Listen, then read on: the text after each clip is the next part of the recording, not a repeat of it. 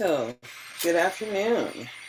I thought I was going to have a meeting today, but I really wanted to talk about public education. Usually, I want to share the screen first because I need to go here and share this part of the screen.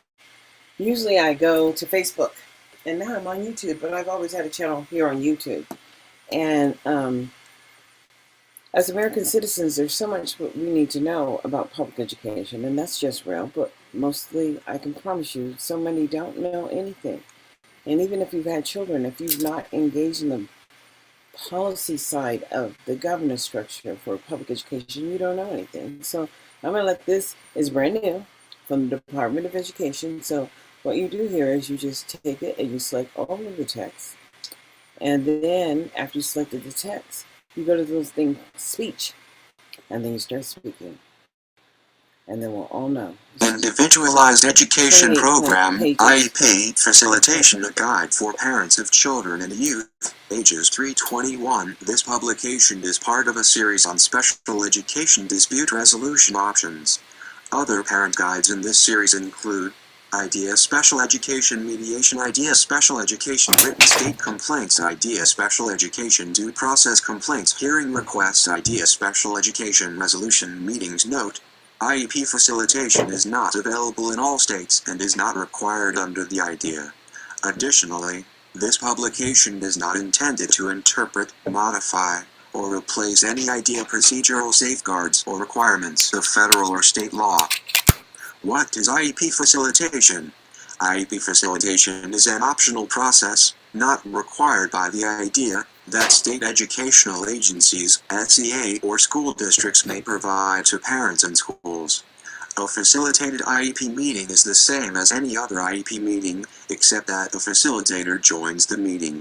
The facilitator helps with communication among team members, and does not make decisions about the student's IEP.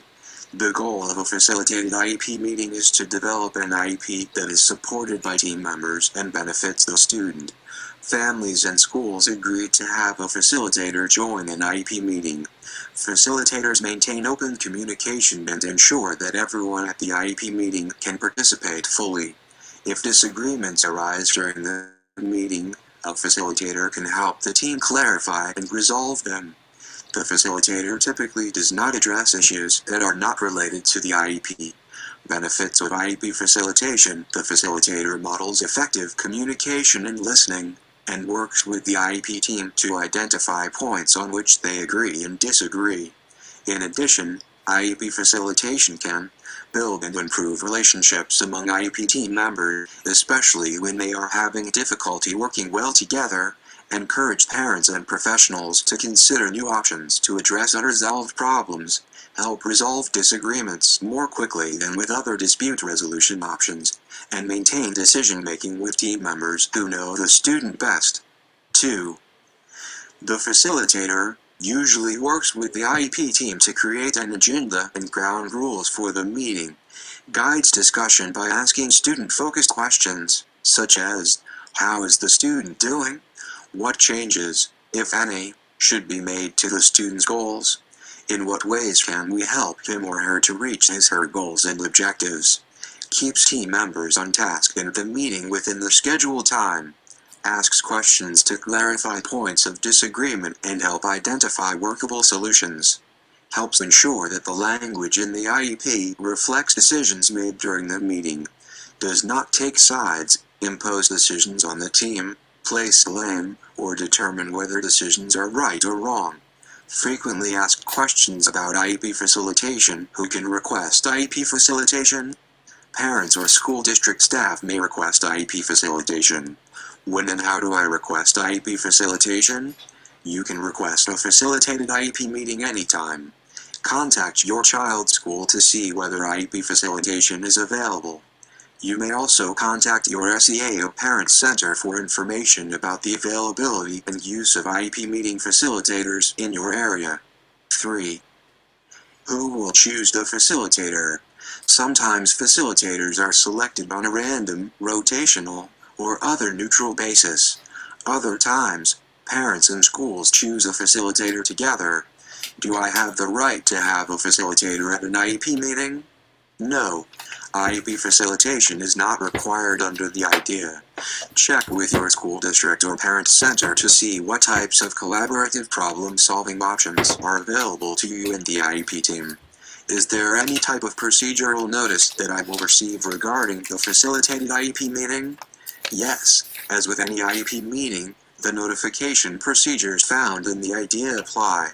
Districts must give parents proper notice, including the place and time where the meeting will occur, potential attendees, and the purpose of the meeting.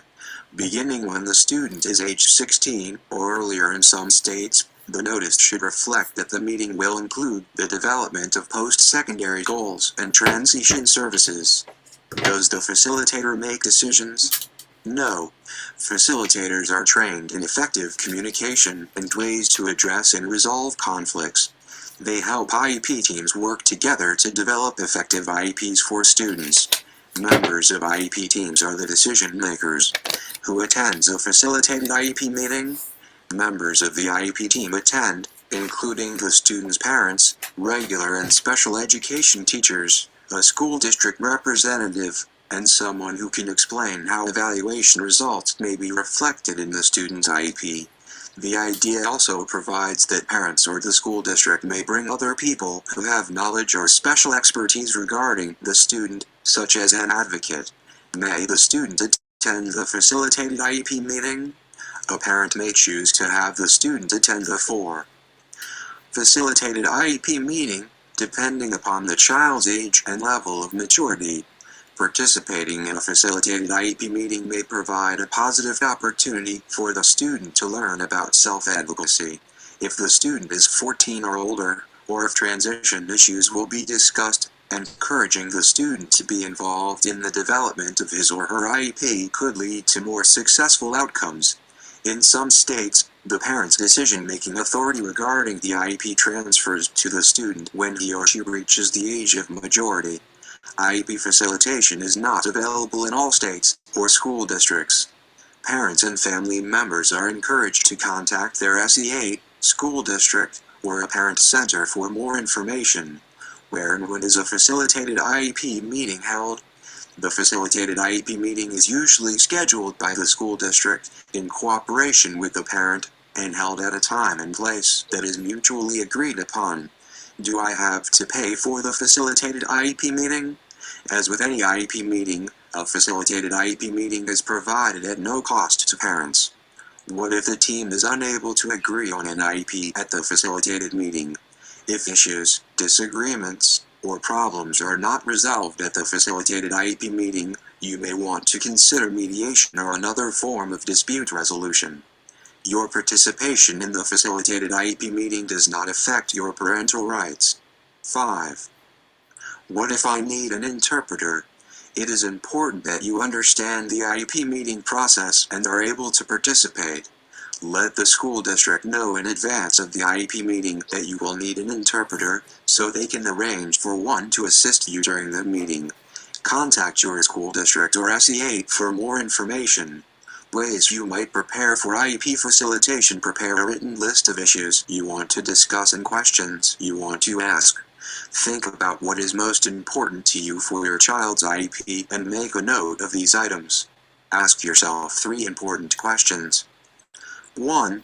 Where is my son or daughter now in his or her educational progress? 2.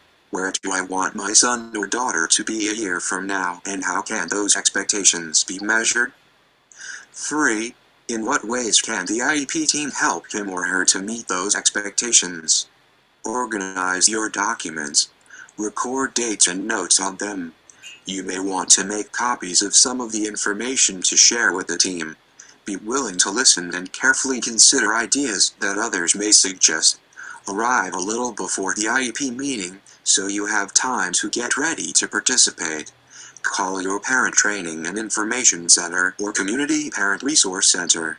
A staff member can answer your questions and help you prepare for the meeting. In some cases, a parent center staff member may attend the IEP meeting with you. Attend a workshop or training conducted by a parent center to learn about your role and responsibilities as a member of the IEP team. 6. Sources of important information. A current list of all parent centers in the nation is available through the Center for Parent Information and Resources, CPIR. ParentCenterHub.org/find-your-center or call 973-642-8100. The Center for Appropriate Dispute Resolution and Special Education, CADRE, is the National Technical Assistance Center on Dispute Resolution. CADREworks.org or call 541-686-5060. Information on the Individuals with Disabilities Education Act, IDEA, is available online. Sites.ed.gov/IDEA for more information on IEP facilitation, resolving special education disputes, and dispute resolution options available under the IDEA. Visit the CADRE website, cadreworks.org. 7. To find a parent center in your area, contact Region 1 Parent TA Center NJ Statewide Parent Advocacy Network 35 Halsey Street, 4th floor, Newark, New Jersey 07102. Tel 973-642-8100. Fax 973-642-8080. Website SpanAdvocacy.org. Region 3 Parent TA Center Parent to Parent of Georgia 3070 Presidential Quay, Suite 130 Atlanta, Georgia 30340. Tel 800-229-2038. Fax 770-458-4091. Website p2pga.org. Region 5 Parent TA Center, Peak Parent Center, 611 N. Weber, Suite 200 Colorado Springs, Colorado 80903. Tel 800-284-0251. Fax 719-931-9452. Website Region5PTAC.org. Region 2 Parent TA Center Exceptional Children's Assistance Center 907 Bear Row, Suites 102-103 Davidson, North Carolina 28036. Tel 704-892-1321. Fax 704-892-5028. Website ECAC-ParentCenter.org. Region 4 Parent TA Center WI Facet 600 West Virginia Street, ST 501 Milwaukee, Wisconsin 53204. Tel 877-374-0511. Fax 414-374-4655. Website WIFACETS.org. Region 6 Parent TA Center Matrix Parent Network and Resource Center 94 Golly Drive, Suite C Novato, California 94949. Tel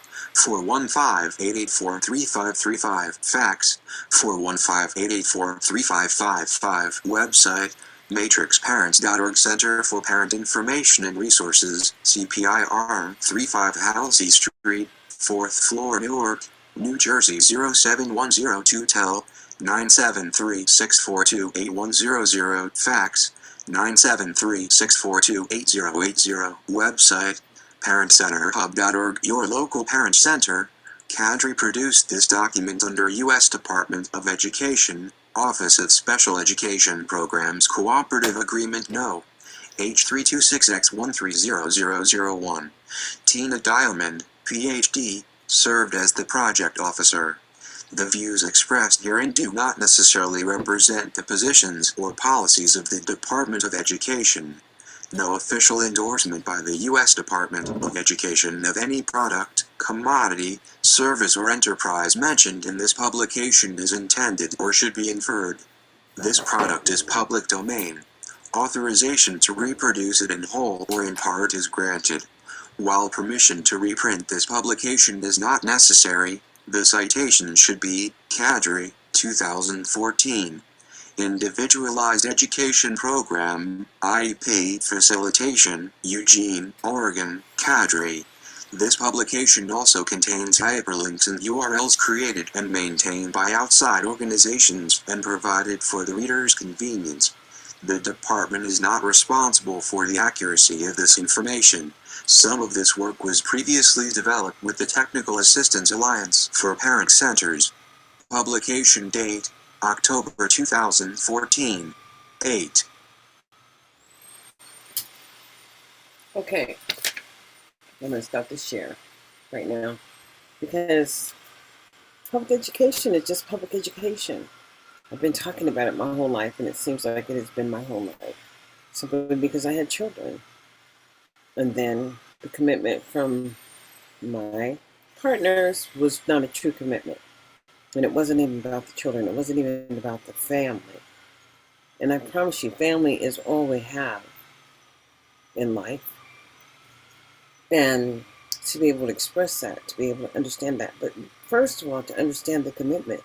Like, you're measuring what you do for someone as if you expect something back. And that is my problem. I would do, when I love you, it is 100% down, and it's whatever I need to do for you to make sure that you happen. But I don't know that I've trained my sons to the level of my commitment, but they need to understand it is a life commitment. As I'm here with my mother, and she's 84, and she lost a lot of services. She lost a lot of physical health when she went into the hospital in December. And then even though she got out in January, the plan for rehab did not work because she didn't want to be there. But now she's home and safe. But what I'm going to express to you is my concern in 2022 as an African American female who's 63 and been in several relationships, but find myself loving who I am and understanding the importance of knowing who I am and loving who I am and understanding that it makes a difference. I make a difference every day. We all do. We're here for a purpose, a reason. Trials and tribulations, the secret, my promise, whatever that guy had that book about the promise, and it really was a promise to yourself. And as you go along to get along to find out who you are, understanding that the gifts that you're given are always on the line if you don't value them. And I promise you that you could lose a loved one, but if you didn't value that relationship, understand, boo, that was you not valuing who you are. And the reality is that each and every one of us are so empowered to change our lives today, yesterday, and tomorrow. But I need to share the screen because Clark County did presentations yesterday in front of the legislators. And they claim they've already done the outreach in the community. And I promise you, their outreach is limited. It's not even locally organized. So at the school sites where they have all this violence, I promise you, they're not pulling the parents and the teachers in and allowing them to share what their beliefs are about the public school system and how it should be working and how it is working. These people act like they're operating the mini penitentiary. Is what it looks like to me. All the schools are based on, if you're not in a gifted gate or a special environment, the regular schools are chaos. Crazy. But let's just go back to what public school really is. It's compulsory by law. It's mandatory when you live in a state, if you have children, that they have an opportunity to be educated. It's just an opportunity. Understand mandation. The offer of free and appropriate comes from the state receiving those census dollars. But when your people who are working for you want to pretend that privacy is everything, I'm going to have to find that privacy dot so you understand what the privacy issues are. But oh no, it's not private when you fill out the census and you say, I live in that area, and then there might be 150 of you or 2,000 of you that identify that needed a specific support. And the federal government will support those people who are generating those needs. And that's how it works. It's so amazing that we're only American. But, the Republican Party kind of saw it working. It was working in the 70s, boo. It really was. And then they saw it working too well. And they decided to, jump up on it and slow it down. So they stopped hiring government employees, and they told the states, well, you can use some flexibility. There's flexibility in our money. Yes, certainly you can give a task to a third-party provider if they're supporting you, if you can measure the benefit, if you're measuring the maintenance of effort. See, my issue here is that they do have third-party providers that are wonderful, communities and schools, and all the little people that presented yesterday at the legislative level. And what they do does work. But the issue here for the children who don't have access to those resources are placed in the most restrictive environments, because behavior will get you a walk along with the harbor. And the harbor will harbor you until you're ready to go to the penitentiary, because that service simply does not demonstrate an effective maintenance of effort, meaning that even if you're in the program, there's nothing that documents that it's benefiting you. And even if you didn't go to jail 1 year and you went to jail the next year, I have to take a minute here. I'll be right back. The doorbell's ringing.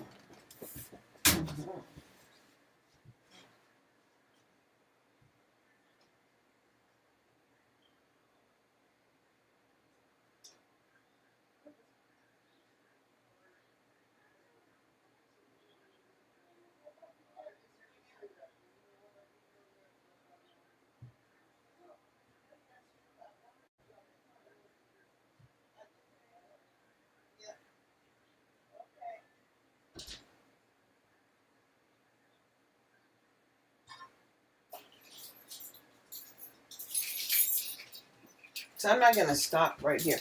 What I'm going to do is grab another document, share the screen, and I want you to listen to this and tell me what you think of it, because truly it is what Nevada is doing.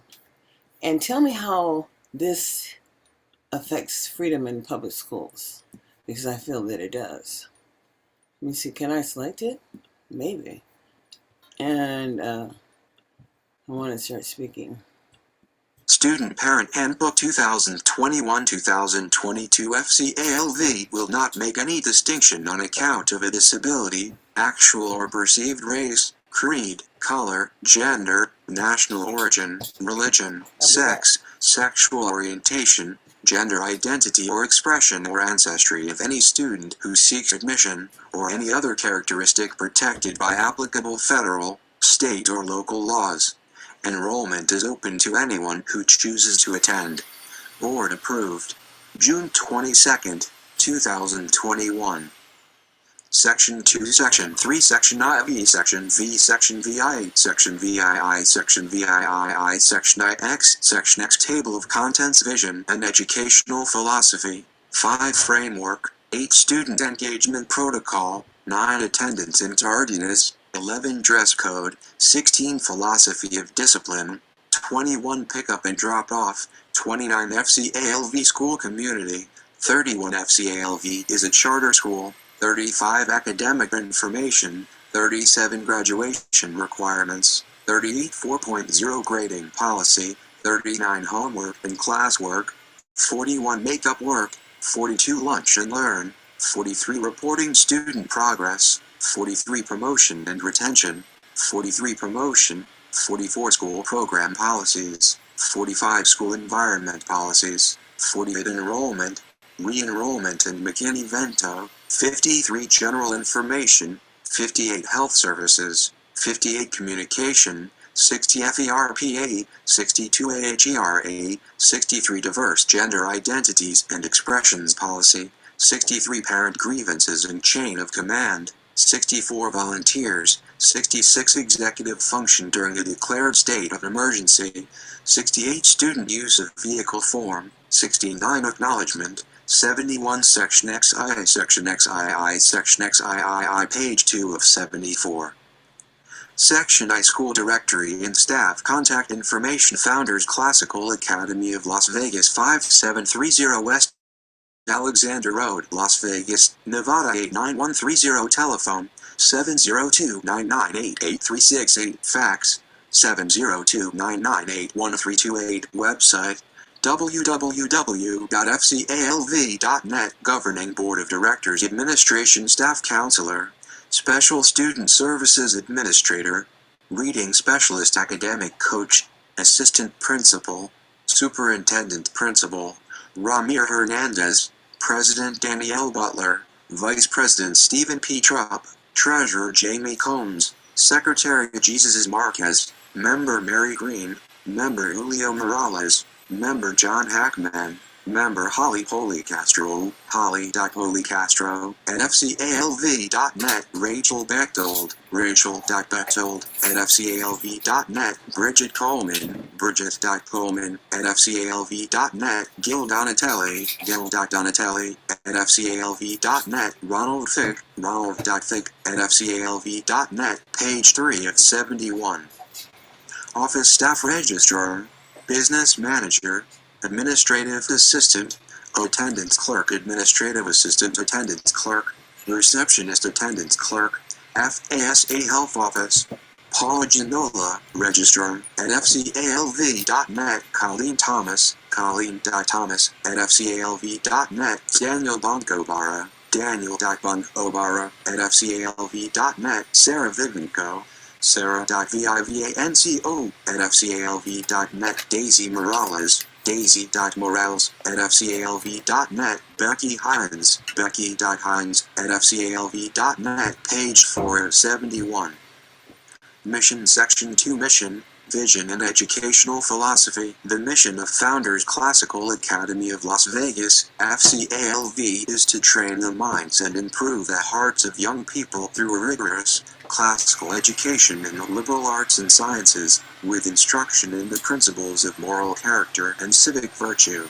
Founders Code Honor. I will honor those things which are good, true, and beautiful. Respect. I will show respect to others at all times. Service. I will do good things for others without being asked. Excellence. I will strive for excellence in all things. Perseverance. I will fulfill commitments and not give up or act on discouragement.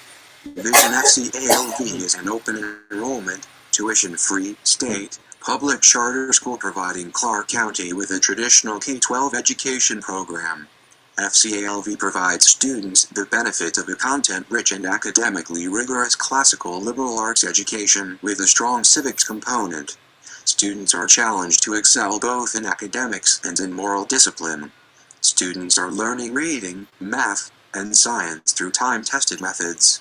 History is based on the reading of primary source documents.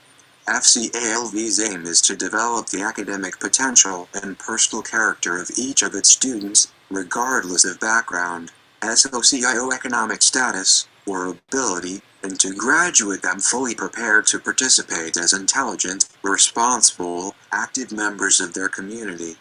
FCALV's vision for its students is not limited solely to their academic achievement and scores on standardized tests. Personal responsibility, ethics, and discipline will be modeled and expected by the FCALV community. FCALV students will also be endowed with a sense of civic responsibility, along with a belief in striving for individual achievement. Students educated through the classical approach at FCALV will be confident individuals with a strong work ethic and will embrace, rather than shun, the difficult challenges facing their communities and their country in the 21st century. FCALV will produce the leaders Nevada needs for the next generation. Philosophy. The educational philosophy of FCALV is best described as classical education. Classical education values knowledge for its own sake, upholds the standards of correctness, logic, beauty, and the importance intrinsic to the liberal arts, demands moral virtue of its adherents, and prepares human beings to assume their places as responsible citizens in the political order. Also, it is the obligation of schools to instill in students positive attitudes toward learning and leadership, as well as ensure their full intellectual and moral development. A coherent and unified philosophy is one of the key areas of a stable school and will drive everything from assessment to hiring to discipline to textbook selection. Classical education feeds, directs, and strengthens students' mental abilities in the same way sports exercises their physical abilities. The mind, like the body, atrophies when not well trained. The emphasis on rigorous mental training is an important difference between classical and modern progressive education. Classical education puts young minds to work, leading young people to understand themselves and the world around them by acquiring concrete skills and gaining knowledge in identified disciplines, enabling them to participate fully and effectively in the community in which they live. Page 5 of 71. The core knowledge asterisk sequence for grades K-8 is based on E.V. Hirsch's idea of cultural literacy.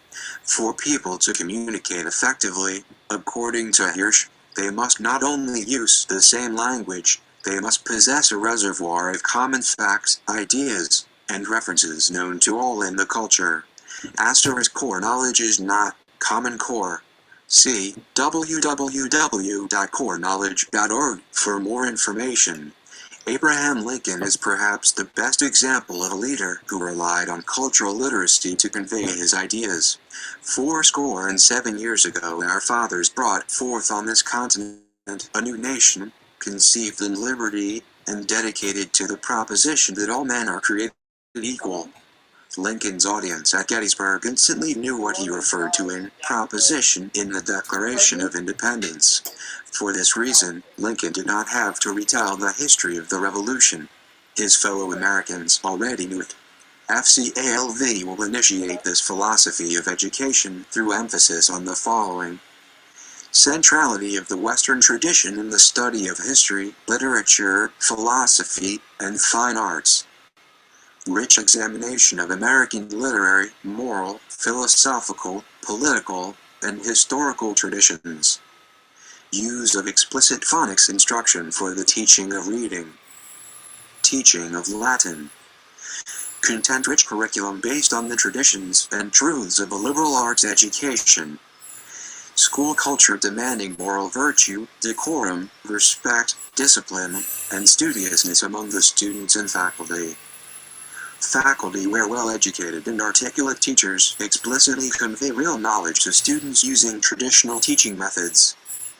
Using technology effectively, without diminishing the faculty leadership that is crucial to academic achievement. The danger we presently face as a nation is that, in the words of Hirsch, many young people today strikingly lack the information that writers of American books and newspapers have traditionally taken for granted among their readers from all generations. Employers are constantly amazed at what their employees do not know and therefore cannot do. Rather, cultural literacy is essential to a nation and its citizens. A culturally illiterate America cannot live up to the demands placed upon us by history and the present condition of the world.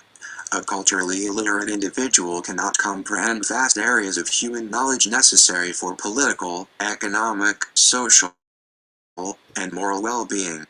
A culturally literate person is able to draw conclusions and form individual opinions based on the study of history. Moral virtue is an ageless topic that continues in today's education. Schools must maintain an atmosphere of order and decorum for learning to take place. We insist students be attentive and polite, demonstrating respect and courtesy to teachers and other students. Through narratives found in history and literature, we discuss consequences for behaviors that show there is a clear difference between right and wrong. By upholding standards in addition to requiring students to know certain things, a classical education also teaches young people judgment according to certain standards. To be classical means to uphold a standard of excellence. The classical works of Greece and Rome are not great simply because they are old. Page 6 of 71. They are great because they employ harmonious language to depict remarkable human events and to explain the transcendent ideals of human existence. Each of the liberal arts has its own standard of correctness, logic, beauty, or importance. Citizenship. We will strive to ensure that our students are prepared to become adults who are fully aware of their civic rights and responsibilities. This knowledge will be gained through a thorough study of American history and government worthy of this nation's founding principles. FCALV will ensure that our students become citizens fully cognizant of their rights and responsibilities. The home parental support is essential to the success of classical education. The faculty cannot by themselves ensure student success in grasping the ideas put forth. Parents and teachers must work together to make education effective.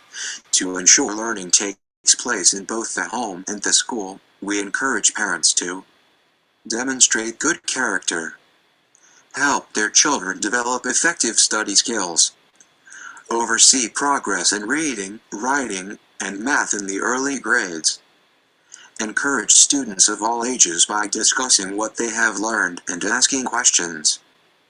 Hold high expectations for student achievement. Support the school by getting students to school on time and ensuring they have the necessary books and supplies. Limit television and video games and provide a place to do homework free from distraction. Understand the vision and philosophy of FCALV. Support student adjustment to a new style of instruction and to new surroundings. Page 7 of 71. Character and Citizenship Section 3 Framework. FCALV's environment and curriculum are designed to promote and build strength of character in students. Too often, expectations of students with respect to their behavior are considered distinct from a school's curriculum. FCALV will inculcate good character in its students by maintaining order and decorum in the classrooms, holding students accountable for their assignments and personal conduct, and explicitly teaching them the fundamentals of good character. The school will adopt a set of core virtues which will build students' moral vocabulary and point them to the character traits necessary to live a good and happy life. This will be done by introducing and promoting the 8 pillars of character: citizenship, cooperation, courage, honesty, integrity, perseverance, respect, and responsibility, and 4 classical virtues: temperance, courage, justice, prudence. FCALV will explain the virtues to students in detail, and will base citizenship marks, its discipline policy, and the decorum of the school on the practice of those virtues. The values of a democratic society will be identified and clearly taught. Administrators and faculty will encourage and model habits of honesty, respect, social responsibility, and self-discipline. Students will be given opportunities to practice and develop these traits. Outstanding people will be used as role models throughout the curriculum to teach character. Academic standards. FCALV will uphold high academic standards for all students regardless of background, socioeconomic status, and ability. The curriculum is content-rich, following the classical liberal arts, traditional education model, with provisions to challenge all students to fulfill their individual academic potential. Objective standards are monitored and maintained as defined by the charter school law. Promotion and graduation requirements meet or exceed state requirements. Students study the defined curriculum and must earn promotion and graduation. The student schedule is predominantly occupied by the defined curriculum. Students are assessed through classwork, regular assignments, tests, and state-mandated tests, the levels of which are calibrated against district, state, and national norms. Learning environment. FCALV promotes a safe environment that fosters learning and character development.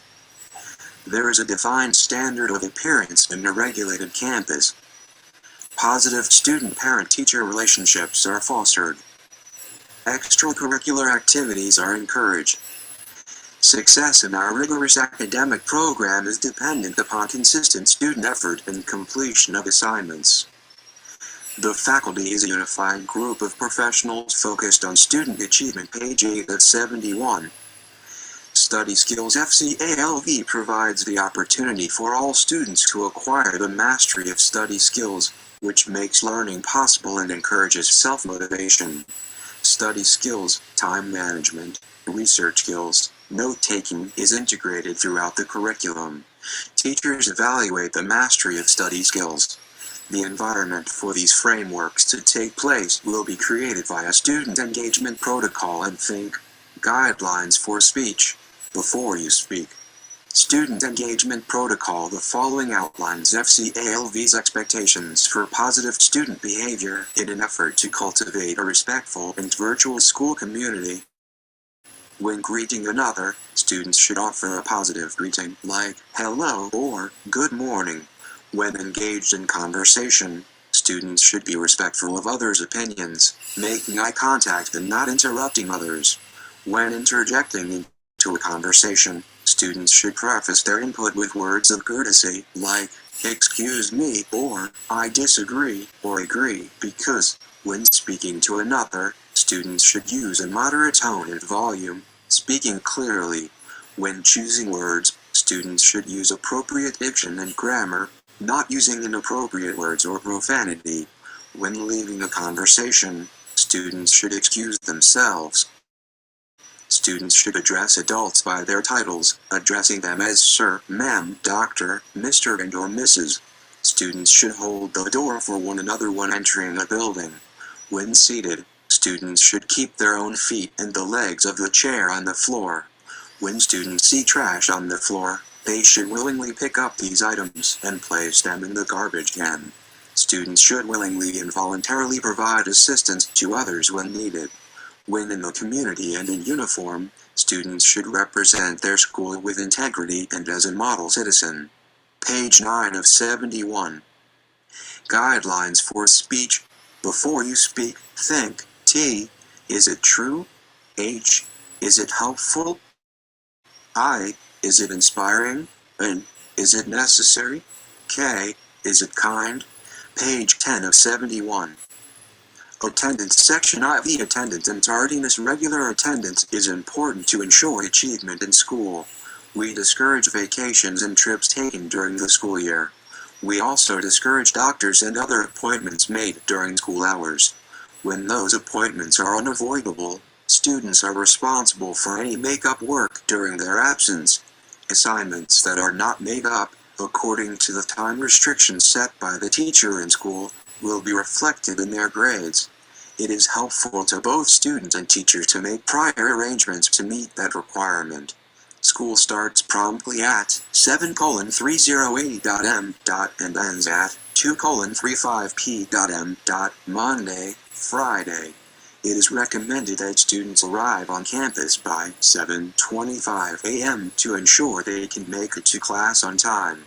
A student will be considered tardy if not in their seat, ready to learn, at 7:30 a.m. This policy is applicable to students participating in a program of special education or a Section 504 plan resulting from a student's disability, but subject to the student's individualized education plan or 504 plan and in accordance with the Individuals with Disabilities Education Act. Unless supervised by FCALV staff, all students must be off campus by 3 p.m. Students in grades K-6 are required to enroll with Centurions.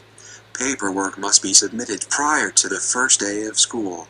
Students not picked up by 3 p.m. will be signed into Centurions and parents will be charged the daily fee, $25, and registration fee, $50, upon the first use. WHO must attend school. Pursuant to Nevada Revised Statute, NRS 392.040, students between the ages of 7 and 18 years of age must enroll and attend school for the entire time the school is in session. Students who are 6 years of age must attend school, if enrolled, for the entire time the class in which they are enrolled is in session. All students enrolled must follow the attendance truancy policy. Absences. To evaluate the proper classification of an absence, the principal, counselor, or attendance clerk may reasonably inquire, investigate and/or request further documentation from the parent guardian. Absences for a student's participation in a sanctioned activity, a student's suspension or required parent conference will not be counted as absences for the purpose of attendance enforcement. Page 11 of 71. To report an absence. If your child is absent because of illness or an appointment for which we have not been notified previously, please send a note of explanation to the attendance clerk on arrival the day following the absence. Students or parents' guardians are allowed 3 school days to request missing homework and/or classwork upon returning from an absence. A calendar week after the return from a student's absence will be allowed for the assignments to be completed and submitted. Failure of the student to make up missed work from an excused absence will result in an unexcused absence counting toward the limitation of absences.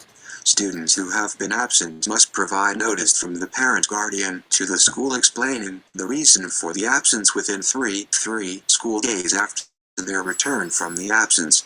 Parent guardian explanations should include the following information: the first and last name of the student, the date as the student was absent, and the reason the student was physically or mentally unable to attend, how the absence was related to the student's disability, or the nature of the emergency.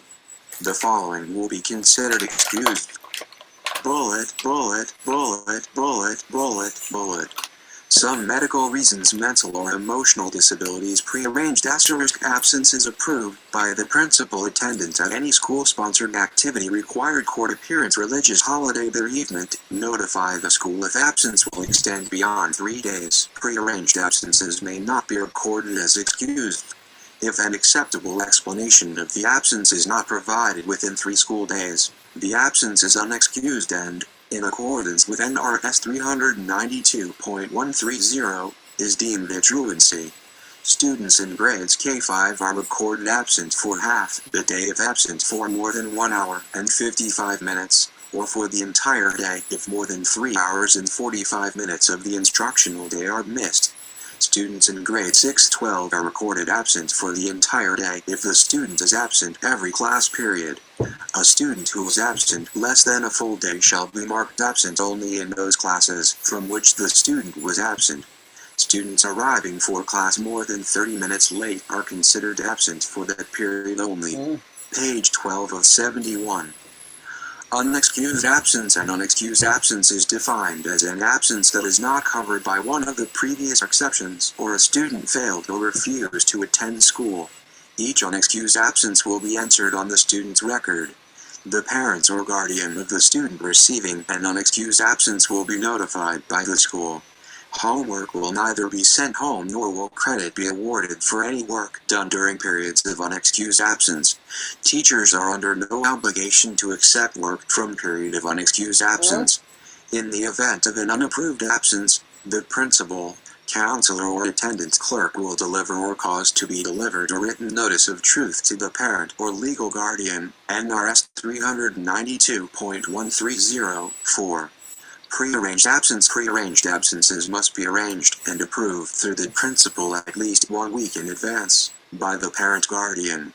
The governing board, administration, and faculty discourage vacations, trips, and other non-illness related absences when school is in session.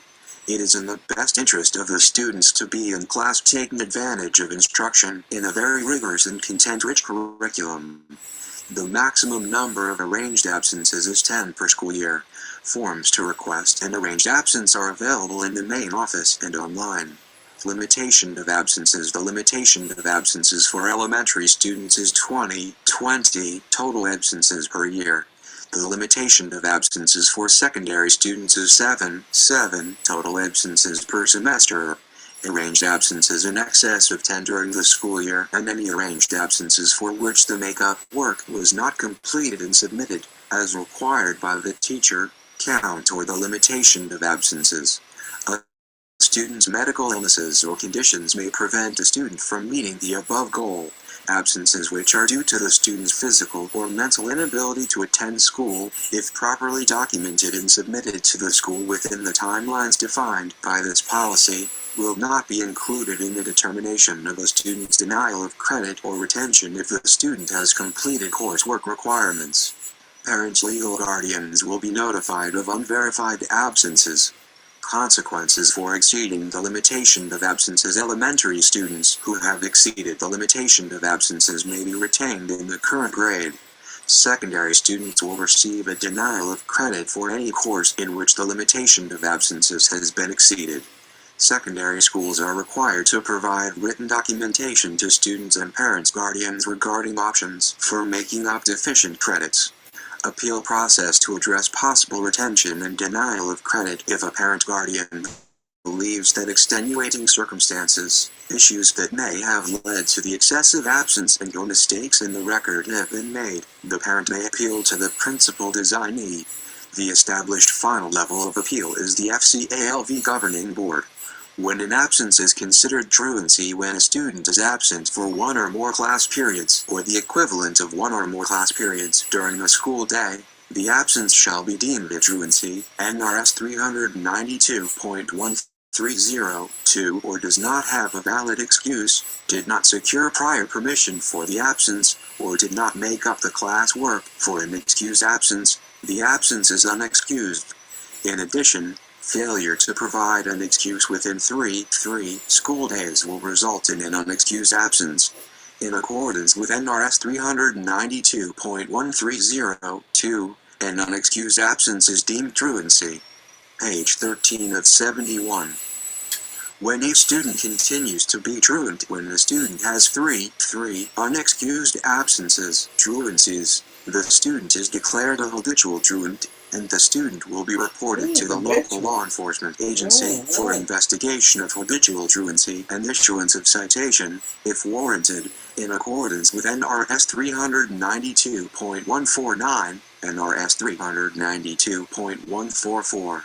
In accordance with NRS 392.144, the school shall conduct an investigation, set a hearing date, and provide a written notice of the hearing to the parent or legal guardian of the student. If the student remains a habitual truant following the investigation and hearing, the school may issue an order imposing administrative sanctions, including the suspension of the driver's license or prohibiting obtainment of a driver's license of a habitual truant student for 30 days for the first offense. The second offense and any subsequent offenses may result in the suspension of attainment for 60 days. The Nevada revised statutes do not distinguish between truancy resulting from inaction of the student and that of the parent or legal guardian. Any student who has once been declared a habitual truant and who in an immediately succeeding year is absent from school without a valid excuse may again be declared a habitual truant. Consequences for being cited as a habitual truant: educational neglect, elementary school truancy violations will be referred to Child Protective Services, CPS, for investigation. The possible consequences that may be imposed for secondary student violators are as follows. First offense: supervision by a probation officer or warning. Second offense: court appearance, 8 to 16 hours of community service at the school of attendance, suspension of the student's driver's license for 30 days, 6 months, or a delay of 30 days from the date a student can apply for a first-time license, and a $100 fine. The consequences for a secondary school student who is issued a misdemeanor truancy citation cannot be appealed through the school. In addition, students who exceed the limitation of absences are subject to the consequences as set forth in FCALV Handbook. What happens if the habitually truant student is cited again for truancy?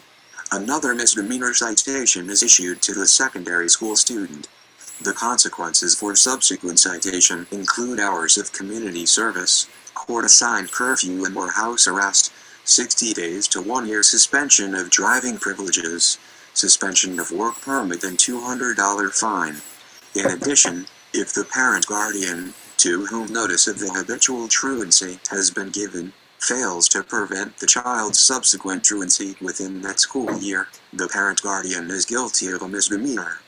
Parents guardians of habitually truant elementary students who do not attempt to ensure their children's regular attendance at school will be referred to Child Protective Services for investigation of educational neglect, or to law enforcement for possible issuance of a misdemeanor citation. Before a student is denied promotion to the next higher grade, denied credit, or ordered imposing administrative sanctions for failure to comply within the attendance requirements prescribed, the principal shall provide written notice of the intended denial to the parent guardian of the student, including a statement that the student and parent guardian may request a review of absences of the student and a statement of the procedure for requesting such review. Upon the request for review by the parent guardian, the principal shall review the reason for each absence of the student upon which the intended denial of promotion is based. After the review, the principal shall grant credit towards the required days of attendance each day of absence for days there is evidence submitted by the parent guardian that the student was physically or mentally unable to attend school on the day of the absence, and the pupil has completed coursework requirements. Page 14 of 71. If the parent guardian disagrees with the decision of the principal or designee that the standard under NRS 392.1223 and B has not been met, the parent may appeal to the FCALV Governing Board.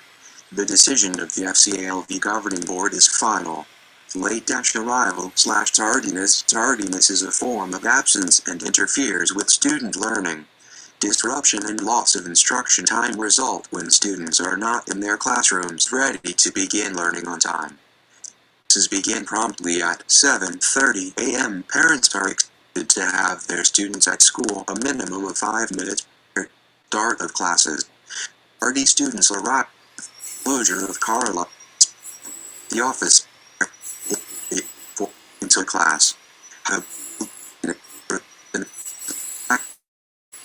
FCA not distinguish between the ends of the student are Oh Lord, what's happening? I'm gonna have to stop here. Stop this talk. the start. I walked out of the room. Every now and then they could do that. Where are we at? I think we were talking about the upper school. Oh goodness. You know, all this is so restrictive. So very punishable. Especially when you talk about kindergartners or early start kids. And with the percentage of removals, the 49% of removals from into the foster care system, understanding that access is critical, but so is poverty. When people are so poor, I don't even understand how they expect everybody to participate at the same level. But hey, let's see. I don't think we're halfway through this, so let's keep reading. We just have to restart it because they're all hanging on my broadcast. And these are network administrators, and really, I could just really, well, what can I say? I'll be nice, because this is only America. And that's just really not going fast enough. Let me stop at page 35. Oh no. What happened? I undid it. Yeah.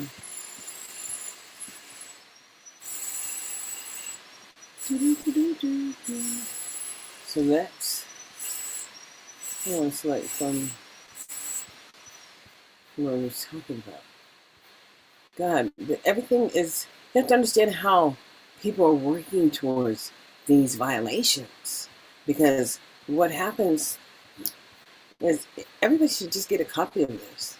Because this is insanity. This is not public education. It really isn't. It's going to be too restrictive. The process surrounded by this and the way they're implementing it, they'll be doing nothing but documenting children. I'm going to stop that share. And I want to see if I have something else open to share that's more positive. Not even that. We'll go here. But I don't know who this was presented by. But obviously it was at the Department of Education's website. No, it wasn't. This is another third-party provider collecting accommodations. This might be good because, it's not about what Nevada's doing. It really is about what's happening all over the world as we continue to move forward, understanding that that's what our challenge is. Selecting accommodations. Guidance for Individual Educational Plan Teams, Bureau of Exceptional Education and Student Services, Florida Department of Education, Florida. 2013. They want to mimic Florida too, right? This publication is produced through the Bureau of Exceptional Education and Student Services, BS, Resource and Information Center, Division of Public Schools, Florida Department of Education, and is available online at http://www.fldoe.org/ease/pub-home.asp. For information on available resources, contact the BS Resource and Information Center. Let's do this. But I need to go to the Department of Education and show you guys how it really works. Because I believe that these limitations are so real. I'm going to open up my Safari browser, press it out like that, and then they go usa.gov like that. I don't know if you can see, but I need to type it to see. I want to do this. I do it that way. I don't think you're seeing what I'm doing. I don't know.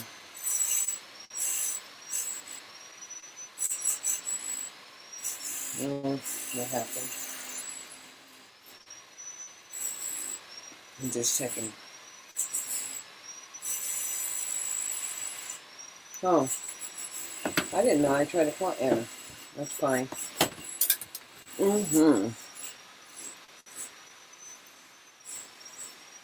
Let's just do this. This is New York State. And that's New York State.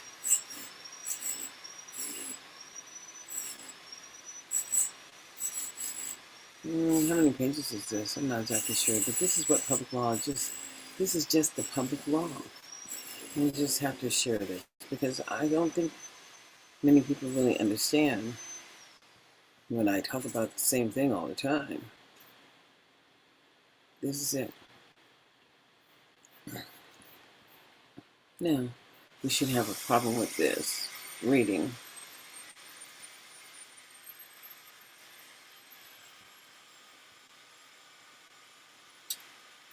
I don't think I got it. Let's do it again.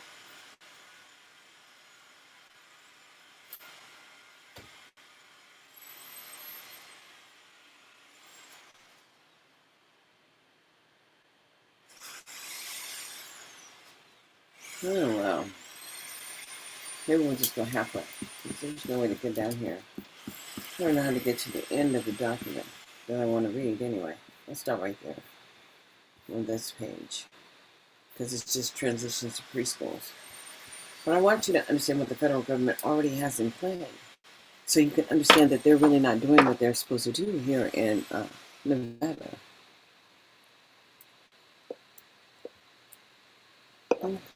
I hear it. I don't even hear it.